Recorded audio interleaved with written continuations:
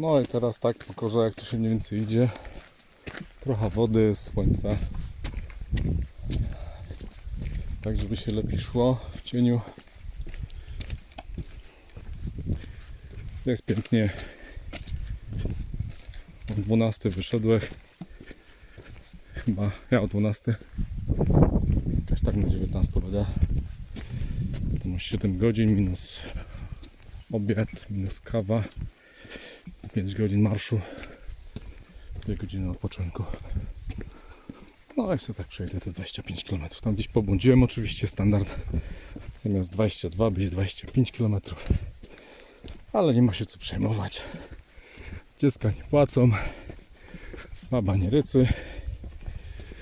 Zwierząt nie ma. Nie trzeba futrować. Także mogę sobie iść jak chcę i kiedy chcę. Buon camino. Czy